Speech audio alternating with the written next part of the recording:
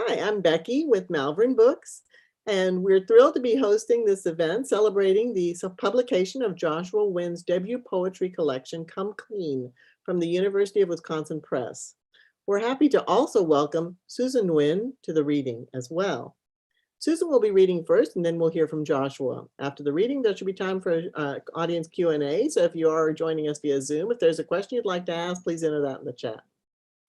Susan Nguyen hails from Virginia, but currently lives and writes in Arizona. She earned her MFA in poetry from Arizona State University, where she won the Aleida Rodriguez Memorial Prize and fellowships from the Virginia G. Piper Center for the Creative Writing. In 2018, PBS NewsHour named her one of 3 women poets to watch. Her work appears in Diagram, Tin House, and elsewhere. She writes a lot about identity, the body, the Vietnamese diaspora, and also likes to make zines. Her debut collection, Dear Diaspora, won the 2020 Prairie Schooner Book Prize in Poetry and was published by the University of Nebraska Press in September 2021. Susan? Woo! Thank you. Thank you all so much for being here. Thank you, Malvern Books, for having us. Thank you, Joshua, for asking me to read alongside you. I'm so excited just to celebrate you and your book. And yeah, it's been a wild ride, like just being debut authors, I guess, during a pandemic, and just, I don't know about you, but I don't know what I've been doing, but I've been trying my best, doing it with love. So, I think I'm going to read for maybe, 10-ish minutes or so, and then let Joshua read. And I don't know, I didn't really, oftentimes I'll go into these readings and I'll have like a full list, which I kind of do, but I kind of wanted to hear, I always end up reading the same poems, which I think is totally fine, but I feel like there are a bunch that I just never get to because I'm like, I don't know if people want to hear this right in these 10 minutes. So if one of y'all could throw like a number between 2 to 60 in the chat, maybe I'll start there and just kind of see. Maybe I'll read different poems today. We'll just see what happens. 58. Okay, that was fast. Thank you, Bo. Okay, that is the ending of a poem. Let me go back a page. All right. So Dear Diaspora, I wrote the majority of this book during my MFA at ASU, or at least what the book project, and then it went through a lot of revisions after that. But it's very much me interrogating, exploring my own identity, especially the Vietnamese part of my identity that I've spent most of my life kind of pushing away actively. And I realized at some point there's a lot that I lost because of that, right? And now I'm trying to catch up. So I write about this character, Susie with an I, who is a very much fictionalized version of myself. And you're going to hear some third-person poems about Susie and some first-person poems in kind of an older voice, I would say, that can speak to the diaspora a bit differently. So thank you, Bo, for the first poem I'm going to read, which is Susie as a Series of Questions. And it's one of my last poems, actually. So yeah, I never would have thought to start there. Susie as a Series of Questions. Did father ever return? Why did he leave? How did mother pay her hospital bills? Who escorted me home? When did I first notice my body? How am I always silent? What was in the green light? Mother showed me. Because I left the stove on, because I stole flowers from the altar, because I did not receive communion. He was large and took from my body. The ground pressed rocks into my back, blades of green around my neck. In this memory, I am small. The body is loud. Sometimes mother speaks to me in a life I don't remember, and I can see it makes her sad when I can't answer. I try to speak anyway, but English is what makes her sad. I fall back into the shape of my mouth. I can never remember falling asleep, but I can always remember my dreams. Last night, I could walk on water, and the salted sea carried me to my father's shadow. It carried me to an inlet where butterflies drifted through milkweed. I stayed away from their terrible bodies. I don't know. All right, I'm gonna hop back to the beginning, closer to the beginning of the book. Susie with an I. is not afraid of the dark or the things that move in its current. She approaches school like she approaches most things, eyes narrowed, scanning the edges of sight. When she scribbles her name, she dots the I, rubs the sharp graphite onto her finger. Before bed, she says, "Our Father, Father, our Father, our Father, our Father," as fast as she can. The fastest was in Sunday school. Highlighting the Virgin Mary pink, she drowned out the counselor's drone with prayer. Tonight, she turns her blinds inward. Through a tiny sliver, the moon spoils the dark. So title of my collection, Dear Diaspora, started out as a placeholder. I have a few poems scattered throughout called Letter to the Diaspora that begin with Dear Diaspora. And that placeholder made sense and it stuck. And now here we are today. So I'm going to read the first letter to the diaspora that appears early on in the book. Letter to the Diaspora. Dear Diaspora, I believe in the American dream. Strike through. Last night, I had the American dream. In the dream, I had an indoor pool. In the dream, I walked my dead dog with a diamond leash. I ate a greasy burger with my perfect hands. I had the most beautiful sex. My skin was smooth, alabaster as the moon. In the morning, everything had changed. There was no pool, only twine for drying clothes. The dead remained dead. My perfect hands held nothing. Nothing was better.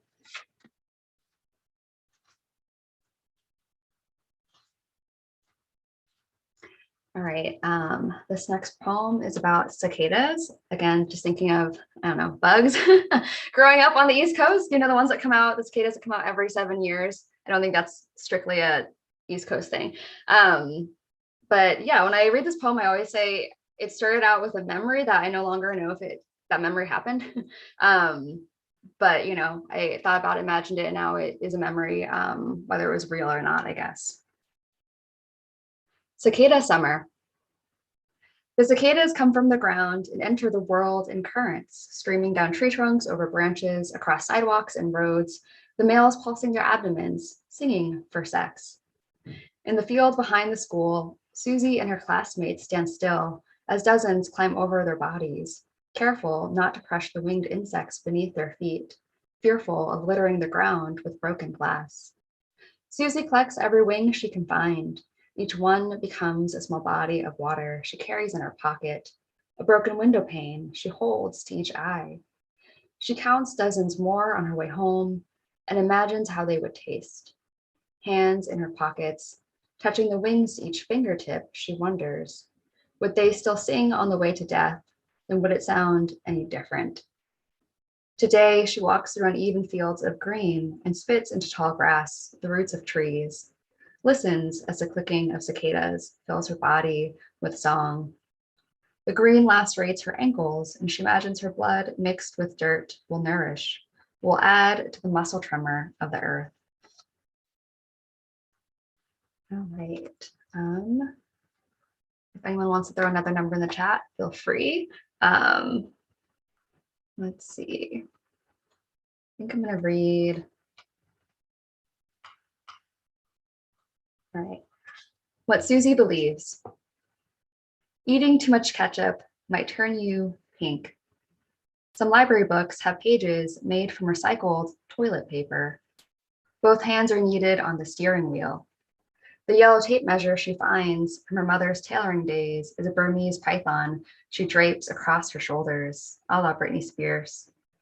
The more she thinks about her mother or father dying, the more likely it will happen. God can hear her thinking of sex during Sunday Mass, but not when she prays for her parents' safety at home on the way to and from work. The century egg her mother gifts her cannot spoil. The sparrows that fly into H Mart, perched on rafters, cannot leave. Worse than dying is disappearing. All right, I'm sorry. I think I saw a number in there. Let me scroll up. Okay, 25 and 35. Thank you all for helping me, so I can do a little less work. Okay. Okay, so 25 actually is a part of a very long serial poem I have in the middle of my collection called The Boat People. So it's pretty long, so I usually don't read all of it. I'm gonna skip around a little bit. Okay, and we'll see what happens. Let me just check my time. Okay. The Boat People. She Googles FOB after someone calls her fresh off the boat. She's never been on a boat. What she finds: blank deaths from blank to blank memorials in blank countries. On open water, they traveled on small fishing junks, origami boats, arms and legs folded, one over the other, trawlers smuggling thousands of bodies, searching for international water, living on empty for weeks and months, looking for coastline that did not push back. Vietnamese Boat People Memorial, Asian Garden of Peaceful Eternity, Westminster Memorial Park. The man and old woman, the young mother and child, frozen in bronze, turned blue-green. Four figures so soaked they have become the waterlogged wrinkles of their clothing. Four figures on the raft, floating in a fountain, shaped like the body of a boat. Their bodies submerging above water. The young woman's outstretched hand reaching back in time. Around the fountain lay 54 stones, each inscribed with names, a small portion of the dead. The cost of leaving: 24-karat gold bars, bribery, cover of night. On the boat, people drank urine, licked their palms of sweat. The tide brought them in, human, cargo, a small island camp. Swarming bodies under palm fronds and scrap metal, waiting to be screened, giving birth to new life, waiting, raising fighting roosters, waiting 5 years. Can you die of waiting, denied asylum?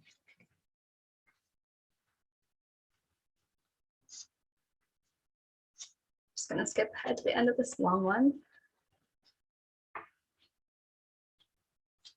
Let's see. Interview number 5. The former boat person stated he escaped with his wife and daughter on a small river boat. His 2 sons escaped separately. It was common at the time to split your family over multiple trips. The hope was at least one boat made it. If a boat carrying your entire family went down, you would lose everyone, he said, miming a boat going underwater. Half of his family still resides in Vietnam, and he sends money every month. He knows of others who've sent back microwaves, chainsaws, water pumps, oral contraceptives, and sanitary napkins through a pipeline between Orange County, California, and Vietnam. Interview number 6. I did not want to go back. When they took us to the plane, it was over very quick. We owned almost nothing still, after 7 years.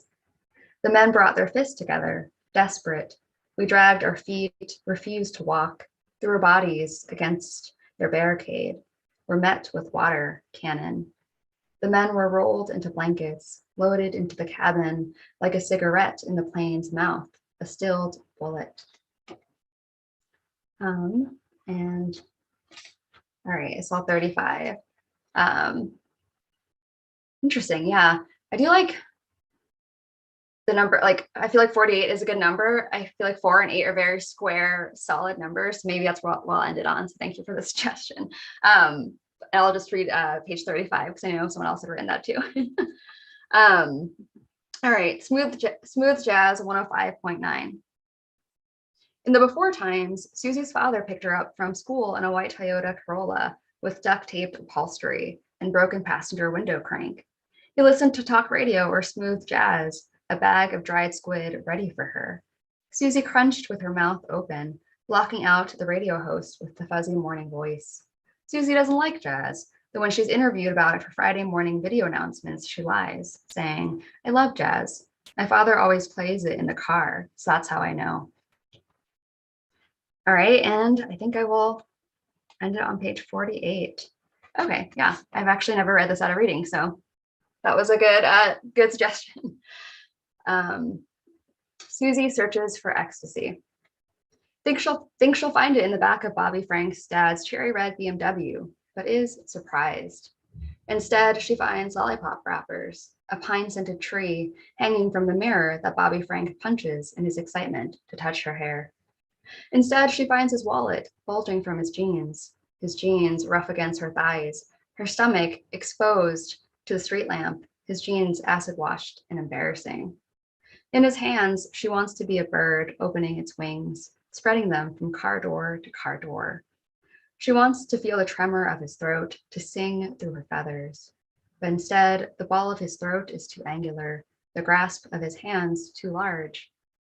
Susie searches for ecstasy, hopes she'll find it in her own bedroom, where the curtains flap in the month of July, where she's free to watch her own body, where she can spread her fingers to touch the wet light of the moon, where the wet light of the moon casts shadows on the wall, and Susie can hold the light on the tips of her fingers.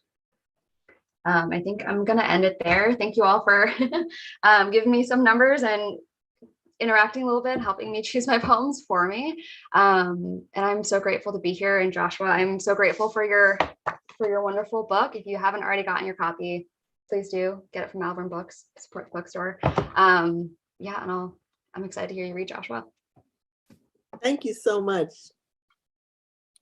That was wonderful, Susan. Next up, Joshua. Joshua Nguyen is the author of Come Clean, which was the winner of the 2021 Felix Pollak Prize in Poetry and the chapbook American Lục Bát for My Mother from Bull City Press 2021. He's a queer Vietnamese-American writer, a collegiate national poetry champion, and a native Houstonian. He has received fellowships from Tin House, Sundress Academy for the Arts, and the Vermont Studio Center, among others. He has been published in The Offing, Wildness, I guess it's Wildness, the Texas Review. I should have checked that one, Joshua. Auburn Avenue and elsewhere. He has also been featured on both the VS podcast and the Slowdown. He is a bubble tea connoisseur and loves a good pun. Currently, he's a PhD student at the University of Mississippi, where he also received his MFA. Joshua? Thank you all so much for having me. I remember my undergrad at UT Austin in Malvern was a cool beacon on the way to like Spider House and like Whataburger, and I hope those are still there. But yeah, thank you for having me. Thank you, Susan, so much. Susan and I both have our debut books out this year, and it was always nice to see Susan like thriving and like doing the grind of having like the virtual book tour. And I love that we have each other on each other's tours. Yeah, and this book, it deals with the speaker attempting to compartmentalize like physical clutter and also emotional past, like trauma and memory. But because there's so much in the domestic, if you're like listening to this while you're eating or cleaning or cooking or folding your underwear, then that's the perfect thing to do while I'm reading. This first poem, I have to shout out to January O'Neill. I wrote it in a workshop with her. It's called Wisconsin Has a Place in My Heart, and I Just Wanted to Let Go. Thomas tells me that trauma is trite, that to open up wounds is to bleed yourself out. Snow in Wisconsin blocks the front door of my cousin's house. In the north, the foyer has stairs up and down. The basement in broad daylight is a gray sky. A groaning fly by my ear. The only other noise besides the flinching of my arms, my cousin's breath, heavy on my neck. Heavy on my neck, my cousin's breath, the flinching of arms, a fly by my ear. The only other noise beside the basement in broad daylight is the sky groaning gray. In the north, the foyer has stairs covered up and down in snow. Wisconsin blocks the front door of my cousin's house. It opens up wounds. Bleed yourself out, Thomas tells me. Trauma is trite. This next poem, because I'm reading with Malvern, this was written based off an experience I had in Austin, Texas, when to make ends meet, I did a lot of food delivery jobs. I did Postmates and Grubhub and all of that. So this is based off experience I had delivering barbecue. I forgot from which barbecue joint I delivered. It was a bunch of, it was like over $300 worth of barbecue. So this poem is called After I Was Mistaken for the Stripper While Delivering Barbecue to an All-White Bachelorette Party. 1. If I had a stripper name, it would be pork loins. Marinated in my mother's seasoning, I am mostly bone, but my butt is meaty. My neck is long, but you can still love me if you want to brisket. In the eventual end, it will be my own doing. If I had a dollar bill for every human who wanted to see me naked, I'd still be paying loans back. Being wanted was never simmered. I am the lamb's wool and the wolf crying beneath thin skin, licked between my ribs in rich blandness. I am best served with oyster sauce. 2. And there I stood, a bag of meat, head in the crosshairs, unknown terrain, door closing behind, young deer in the trenches, stay motionless. Don't make the first move, kindled fire, feet too warm, apple between the teeth, arrow pointed to the navel, knives and forks and stomachs, lack of fat, sucked bones, upside down, blood draining, unconsciousness, serpent at my throat, boiling rice, serpent in my throat, not clean, serpent down my throat. 3. Is this what being a sacrifice smells like? 26 jewel-studded cowboy boots circle me, tongues glistening in the spur of heat.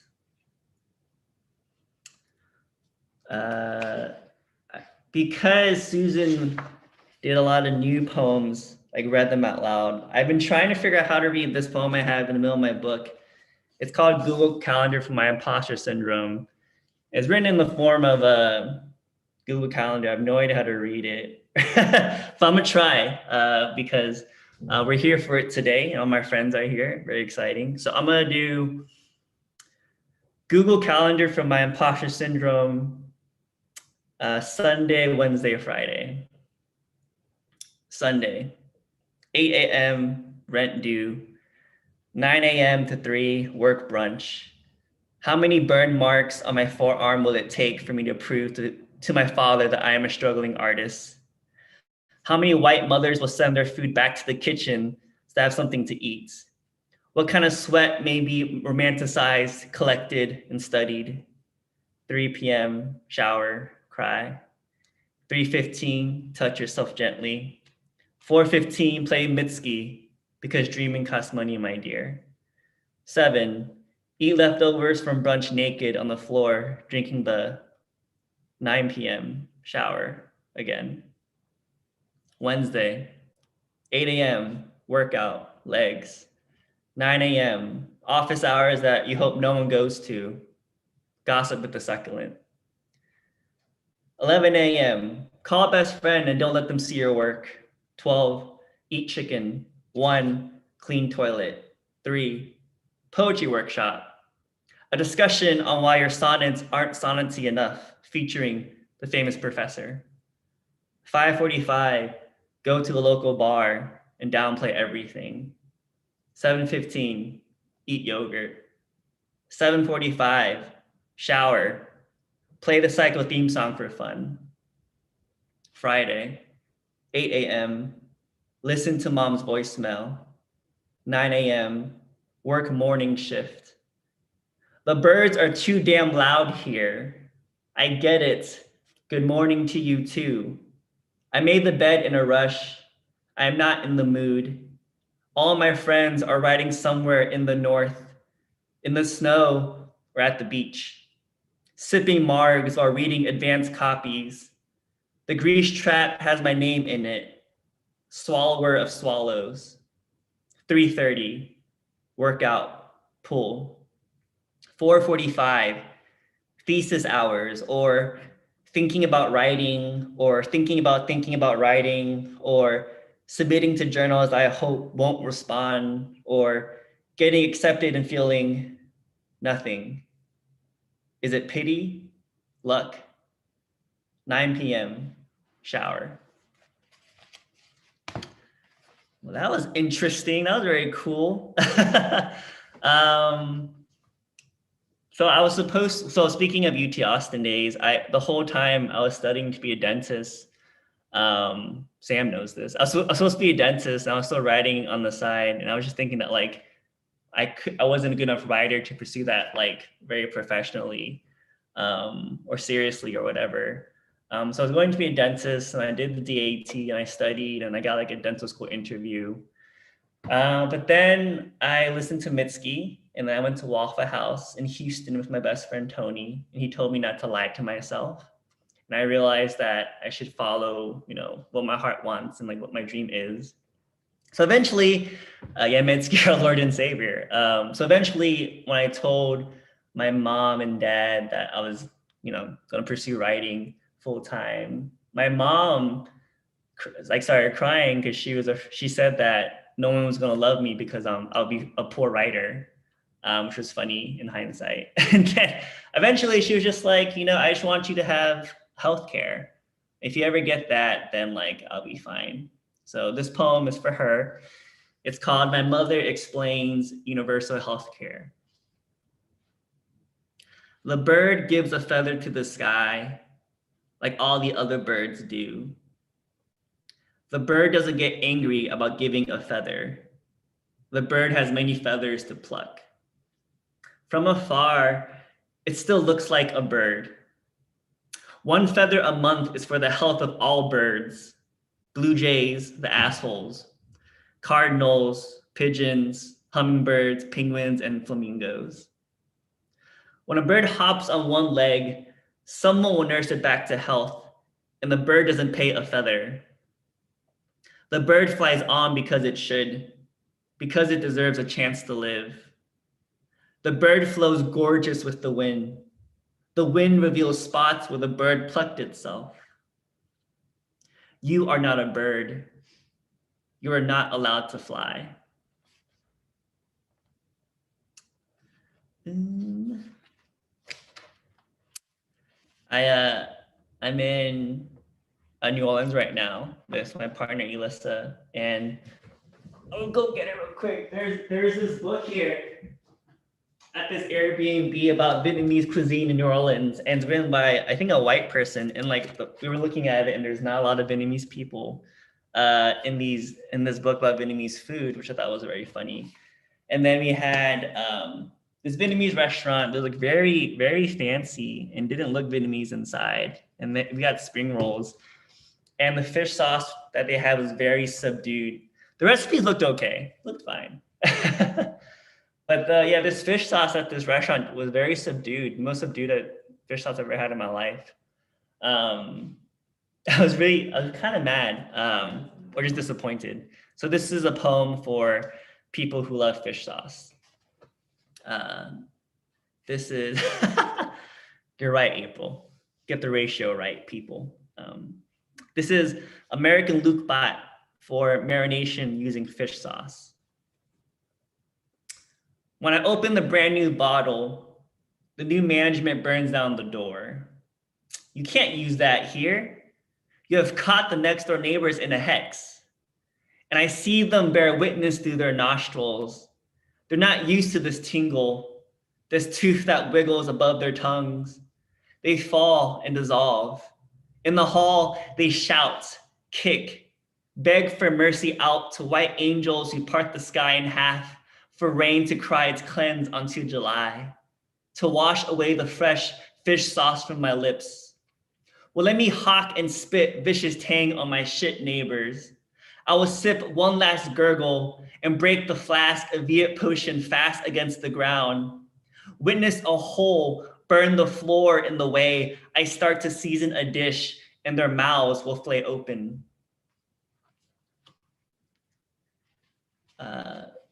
This will be my final poem I read.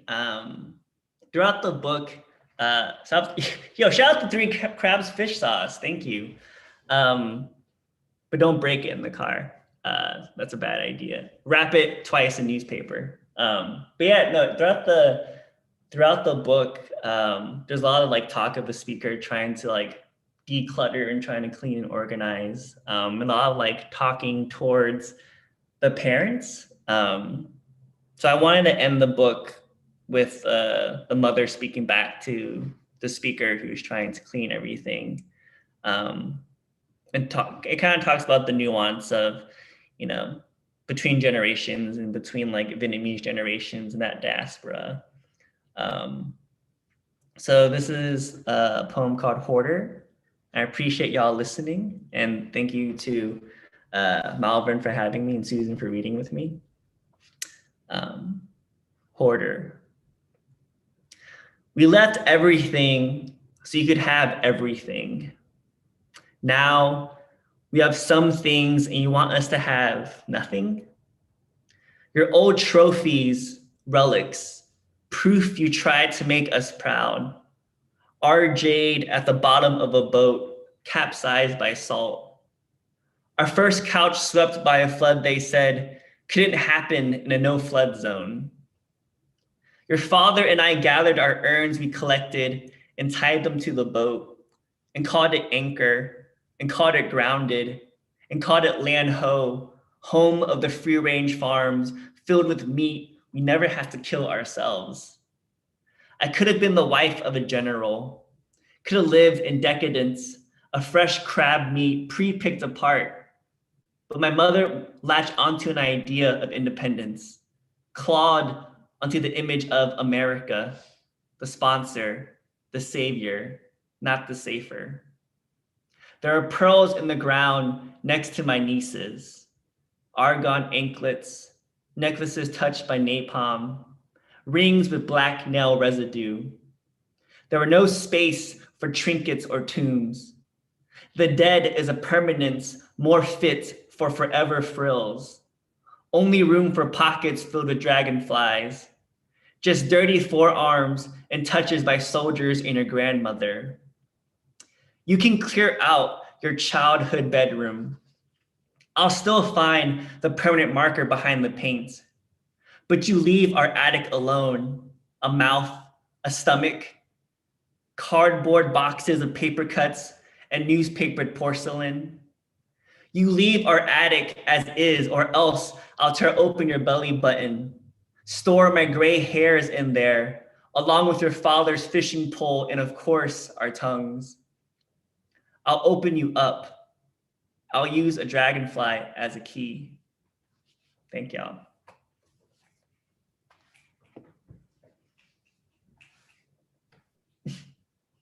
Really wonderful, Joshua. That was just wonderful. Very, well, you can see all the comments that all of your friends are mentioning too. Yes, dragonfly as a key is a beautiful image. That's terrific. So you had mentioned that you and Susan had been in a really interesting panel yesterday. So I don't see that we've had any questions. So if you wanted to talk a little bit about that, and maybe, you know, make some comments on that, that would be very interesting, I'm sure. Yeah, for sure. We were in a panel called Accented, and it was hosted by Nguyen, and we were with a Vietnamese poets. It was us, Hoa Nguyen, and Chung Tran, right? And I mean, I was pretty nervous. I was nervous too. Yeah. Oh, yeah. I was nervous because like, oh, this is like a Vietnamese thing. So I have to like, we kind of talked about like maybe perform Vietnamese. And then, or that's how I felt. And then like just the idea that we're talking with like 3 like OGs of poetry was very, or poetry and fiction was very, very nerve-wracking. Yeah, it was fun though. It ended up being more fun. I started out very nervous, but ended up being pretty fun. And we all had our own theme songs that we were introduced by. So I think we taught some people, including Viet, we taught him a Mitski song as well as a Japanese breakfast song. So, but yeah, And I guess, I mean, as people hopefully ask us questions, I mean, Joshua, like, I would love to hear more about just your experience so far, just in terms of like being a debut author, right? Your book came out pretty recently. Yeah, how's that been going? And like, what was the process like leading up to the launch? It was wild. I mean, if whoever knows me or learns to know me, I try to like plan and organize everything. So I had like a whole marketing plan, social media plan down. Like I had like a whole book, like a bookstore list of like email, like cold calling like bookstores. And I had everything. I had like a post. I had like a schedule of posts on Instagram like every like 2 weeks or something with like the Polaroids and stuff. And then like the supply chain issues happened and my book got delayed. And that was like kind of a blow. But then in hindsight, it was good because I was able to, I mean, lucky everyone let me reschedule everything mostly. And I was able to finish out my semester, like like really focusing on my schoolwork. And now all my readings are kind of in the winter break, which is nice. I can really be present with everyone and like prepare for the readings. But yeah, I was really nervous. I guess I was more nervous about like the fact that I think I had this existential idea that like this book might be my last. So I have to like give it my all because you never know what's going to happen. I don't know if you had that same felt that same pressure. I mean, yeah, I hope I write another book. I think if I ever write a book, even a second book, I feel like it's gonna be a lot better than my first book. You know, like I love my first book, but also now I'm like, okay, yeah, like I hope I can write another one, and yeah, I feel like it's gonna be much better. And I was so afraid of the book that I still haven't. It took me a while to read through the whole thing, and I was so scared of looking at it because it felt so real that I started thinking about my next book and my next project. It was hard to stay present when I first got it in my hand. Yeah. I'm so glad you said that. I actually don't know. I've never mentioned this to anyone else to ask anyone else, but I was scared to read it through the first time too when I got the physical copy, because I was like, oh, there's something in there I'm not a fan of. Like it exists right now. And I read it all the way through before I get the official pub date or whatever, and I was like, oh, okay, actually, like I did that, awesome. But that was a few months ago, and since then I actually haven't read it all the way through because I feel like, again, I'm like, I don't know. So every time I read the book, right, I'm just choosing a few poems, and y'all helped me with that today. So I haven't, which sometimes makes you realize, like, do I still stand by this? Is this still good? Because I'm only ever reading a little bit of time now, you know. But yeah, I'm glad you mentioned that, just because I'm curious if other people kind of feel the same or felt the same way when their book came out. Oh, did you see that you did have a question here from Bo? Can y'all see that? Do you want me to read it? Did you listen to certain music while writing your book? And what music do you love that may influence your writing? Well, Mitski, number one. I mean, Mitski is a big influence of this book because a lot of this was written like from a sad place, and Mitski like embraces that sadness in a very delightful way. And even so much to where like Mitski is like part of my epigraphs of each section of my book. I also think that the song I chose from Mitski that I use in the book, Last Words of a Shooting Star, really touches on like sadness through like object and like artifact, and like sadness through like the quotidian domestic. And a lot of her lyrics, I think, touch on that like grief that can be hidden within objects. How about you, Susan? Yeah. Before you turn it to me, though, I have a follow-up question for you based on what you said, actually. Because I know you have a handful of those epigraphs you mentioned, right? Did any of the poems were they inspired by those specific epigraphs, or did you decide to kind of put that into the book much later after you kind of had the book as a book? Or I guess I'm curious when you made that decision, right, to include those epigraphs. It happened, I think, after I had like a draft of the manuscript done. I knew I wanted to include Mitski because of her influence on me and my writing. And I actually had like, I have a messy document called Mitski like quotes, and any quote that I listened to from Mitski, I put it in there, and it was any quote that dealt with like grief or like the domestic or quotidian. So it happened afterwards because, yeah, listening to Mitski parallel to writing it, it's just like always in the back of my mind. Yeah. I don't think, thank you for your question, Bo. I don't think I had any, and this might sound boring, but I can't remember anything specifically. Because I feel like I wrote the book, I mean, it hasn't been that long, but it feels like so long ago, right? In terms of like the writing process and writing life.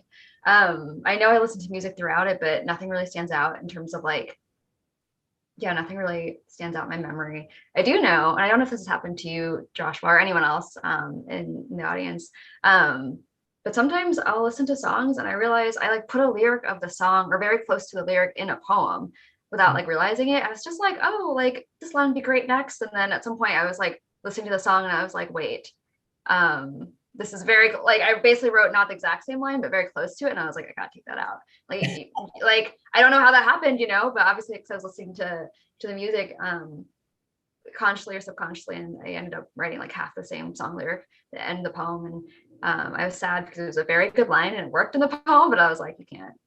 Like, that's why you sound like Genuine's pony. No, I'm just joking. Adrian has a question. Going with Bo's question, what were the books you read about writing that were influential to your manuscript crafting process?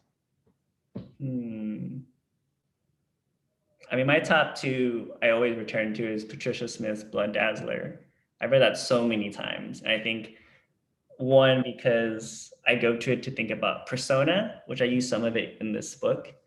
And I always go back to Zui Don's Replay a Game.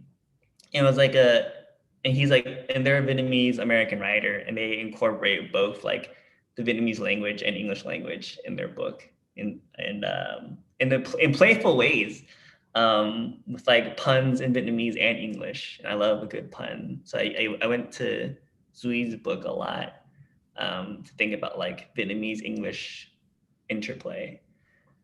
yeah. And, you know, I know at the time in grad school, like I was very like a fangirl, and I still am, for like Ocean Vuong and Kathy Lin Che. Not that I'm writing necessarily the same stuff or anything. It was more of just like, cool, I can see another Vietnamese-American poet like thriving and succeeding, right? And I realized grad school was the first time I even read a Vietnamese-American poet. Like, I don't know how that happened. I probably just wasn't thinking about the books I was reading, right? I was probably just like, here are the assignments, here's what everyone else is reading. And then I didn't really consciously start thinking about like, wait, like, what do I want to be reading? What should I be looking for, right? And then Teresa Cha's Dictate, I read that in grad school as well. I can throw it in the chat, but yeah, that book was really, I don't know, it was very radical for me at the time. I mean, just in terms of, I mean, I feel a lot of people, I feel like they call it like genre bending, or like you can't define it, right? Which I feel like is true. But it showed me a lot just in terms of like how you might play or manipulate with like narrative and time, and like the different voices that might occur. And I feel like it made me, not that my book is like doing so many innovative things necessarily, but it helped me just because it showed me that I could kind of break apart like different threads and narratives in my own poem, or sorry, my own collection, that not everything has to like be straightforward or have an answer. Which, I don't know, I say that now as a writer, and I feel like, duh, that sounds obvious, but at the time, right, when you're writing or you're in your own project or you're in your own mind, like those kind of things can feel very not obvious, I guess. Yeah. Yeah, I feel the same thing with Come Clean, because it's so, a lot of it deals with fragmented memory. I remember yesterday, Hua was like, you don't need to write like the perfect memory, or like you just have to write like whatever is true to you in the moment. So like, I love that idea of not having an answer. Because a lot of times in this book, like memory just like is repeated in like maybe in different ways. And that's like the true answer in that own time, even if it's not like the complete picture. Mm-hmm. Yeah. But maybe a fun question we can end with is what? I have a question for you if you need one. It's not, I wouldn't say it's fun though, I guess. We can end with this question. My question? Or wait, what? A question? Sorry, I cut you off as you're talking. You do your question. Why don't we Okay. go ahead and have your question, Susan, and then Joshua, you'll be thinking of your ending question. Okay, no pressure. Okay. Yeah, I heard this question at a reading, and it was really, and I'd never heard it asked at a reading before until recently, but I was kind of curious. I mean, one, like, how long did you write the book? But the question I'd never heard of was like, how old is the oldest poem in your book? And like, on the other hand, like, how not old is like the last poem you wrote, right?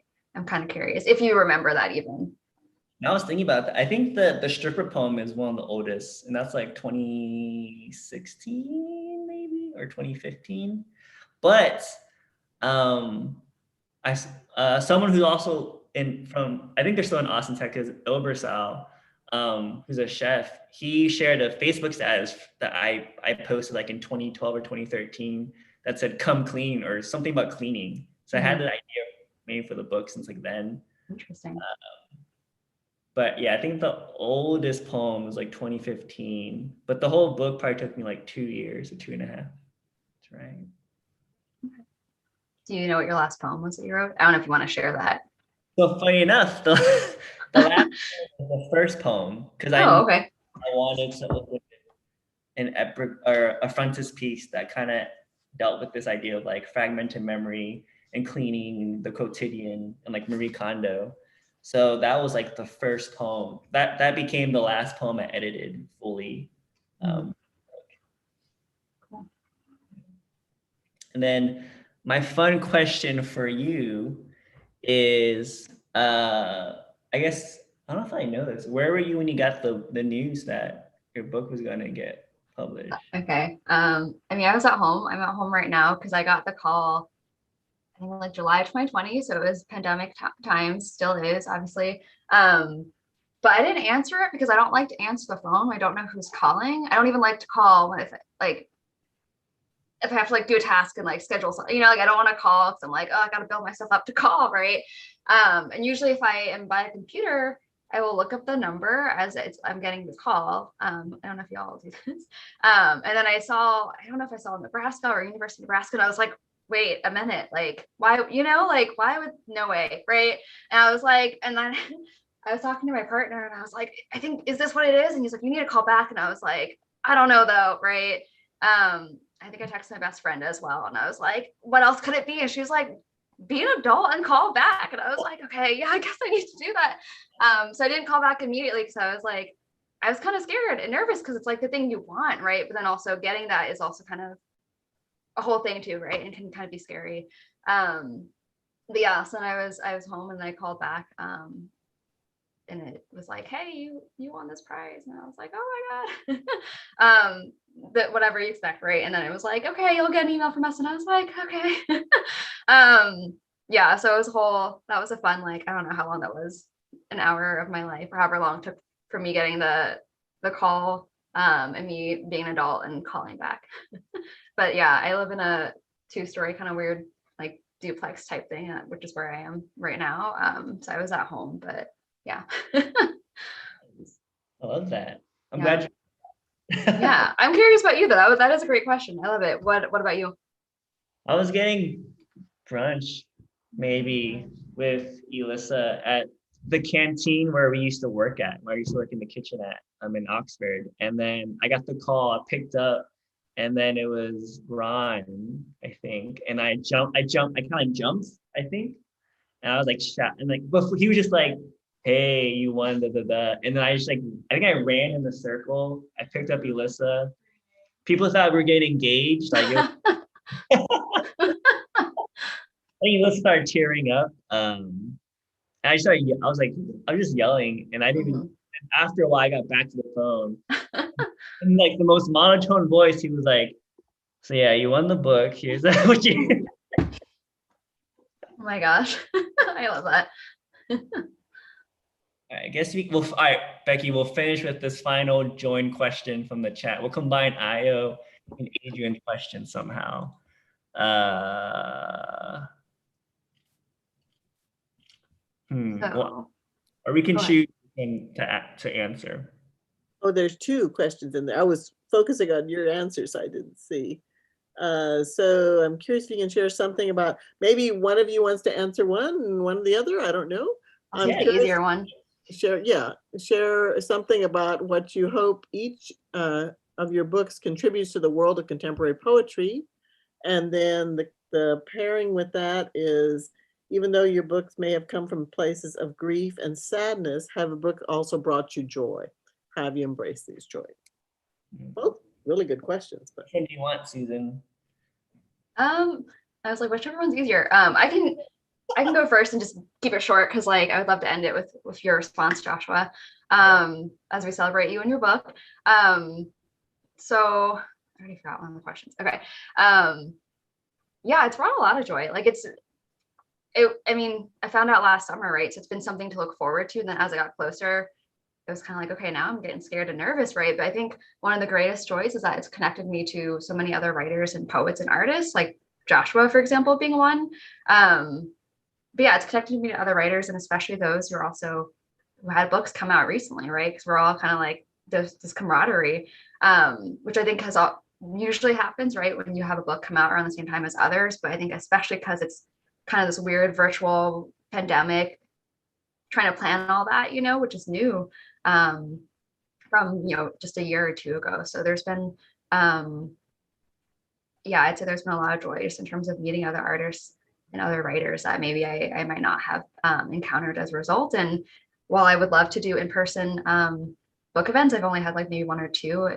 Mine were all virtual, and I have nothing to compare it to. So I'm not like too sad, I guess, because it probably means it's more accessible for others and also for me, because it's not like I have loads of money to go to all these like different bookstores around the country, but being on Zoom has allowed me to kind of do that a bit more easily, and hopefully introduce my work to other, I guess, other readers, right? That maybe wouldn't have happened if I wasn't able to, for example, go to that bookstore or go to that state to read at.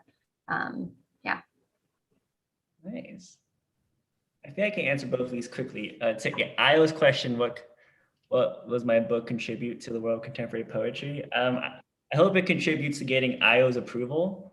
All I want is Io, your approval. That's what I want from my book. No, I think, Vietnamese-American writing, literature, Asian literature from the South. I think practically maybe the Lục Bát, the Vietnamese form I adopt in the book. I want that to be like maybe more mainstream. And then joy, I think, same thing with you, Susan. Like this, I feel like I met so many people somehow, through Zoom and through like virtual events. Also love looking through the acknowledgements. I guess it brings me a lot of joy. It makes me nervous at first because I'm like, did I forget someone? But I always think about, I wake up in the middle of the night thinking if I forgot someone. But that, I can fix that in the next print through. But yeah, thinking about like the people there's loads of people in communities who helped me like become the writer I am today since I was like 13. Like all like the youth groups and the collegiate groups, like all the people in this chat like really influenced me and helped me be who I am today. I'm very grateful. And I think that the book is like hopefully something that the people who helped me grow will like appreciate, or like will look at as like, oh, Josh did that thing, and I want them to know that they helped me get there. So they helped me, have the mindset to write and edit this as much as I did it myself. So awesome. Nice. Thank you all for the questions. Becky, I think you're muted. I clicked and clicked. Thank y'all both so much. It was a great reading, and I really enjoyed the answers to the questions. Those were really fun and very insightful, and it was just a beautiful, beautiful reading. Thank you so much. We're very proud at Malvern Books to have both your books on our shelves, and we hope to be able to meet you in person one of these days. You never know. Thanks to everyone who joined us tonight, and this will be posted on the Malvern Books YouTube channel, so in case you would like to share the reading, feel free. And we look forward to seeing some of you, all of you, at Malvern Books at some point in the future. Thanks so much, y'all. Good night. Bye, everyone. Yeah, Thank everybody. you.